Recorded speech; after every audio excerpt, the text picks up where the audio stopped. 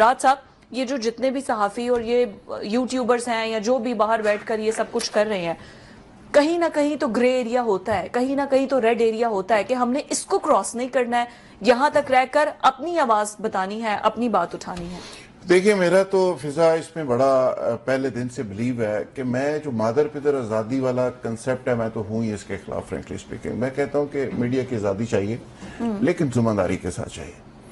Media کی آزادی مادر پدر آزادی کا مطلب نہیں ہے، اور اس میں بھی پھر آپ کو نیشنل انٹرسٹ کو سامنے رکھنا پڑتا ہے۔ پوری دنیا کے اندر رکھا جاتا ہے۔ پاکستان ایک واحد ملک ہے کہ جہاں پہ بدقسمتی سے اداروں کے خلاف بات کرنا، نظریہ پاکستان کے خلاف بات کرنا، اسلام کے خلاف بات کرنا، فوج کے خلاف بات کرنا، ججز کے خلاف بات کرنا فیشن بن گیا۔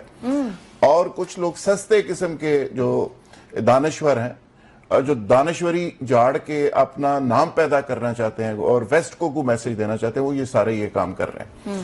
اور کسی ایک شخص کی اگر شکل آپ کو بری لگ رہی ہے تو ایک شخص کی دشمنی میں ملک دشمنی نہ کریں۔ یہ ہمارے کچھ دوست چاہتے ہوئے اور کچھ نہ چاہتے ہوئے وہ ریڈ لائن کراس کر رہے ہیں، اور کچھ لوگ تو یہاں تک پہنچ گئے ہیں کہ وہ جرنلسٹ رہے نہیں، فرینکلی سپیکنگ وہ پولیٹیکل ورکر بن گئے۔ دیکھیں، جرنلزم کی بھی ایک حدود و قیود ہے، اس کے اندر رہ کے آپ بات کریں۔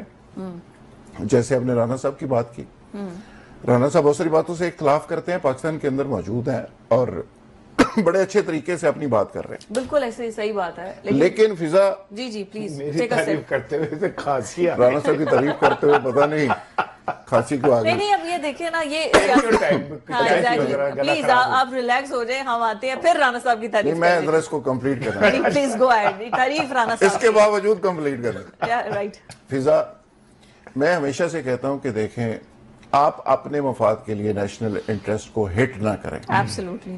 ہمارے کچھ دوست ہیں اور ناعاقبت اندیش دوست ہیں، جن کی ابھی آپ نے بات کی کہ کوئی 60,000 کما رہا ہے، کوئی 1,00,000 کما رہا ہے، $1.5 لاکھ کو بھی کراس کر گئے لوگ ماہانہ۔ اچھا، $1,00,000 یس، اچھا، وہ کما رہے ہیں اور سیل کیا کر رہے ہیں، کما کیسے رہے ہیں؟ ملک کو بیچ کے، اداروں کے خلاف بیشنگ کر کے، میرے ملک کی بدنامی کر کے، میری فوج کی بدنامی کر کے، اور جس شخص کے نام پہ بیچارے پہ کر رہے ہیں، مظلوم آدمی جو اندر پڑا ہوا ہے، اس کو خود ہی نہیں پتا کہ وہ کہاں کہاں بک رہا ہے۔ وکلا اس کو بیچ رہے ہیں، جو کنگلے قسم کے لوگ تھے کروڑپتی ہو گئے، جو یوٹیوبر تھے اور انہوں نے کچھ 6 دفعہ زہر دے دیا، توبہ استغفار توبہ استغفار کہہ کے کہتے ہو، 6 دفعہ اللہ کے فضل سے ان کو کہا جی زہر دے دیا گیا۔ ان کی بہن ملنے کے لیے جاتی، وہ کہتی ہے جی وہ ٹھیک ہے۔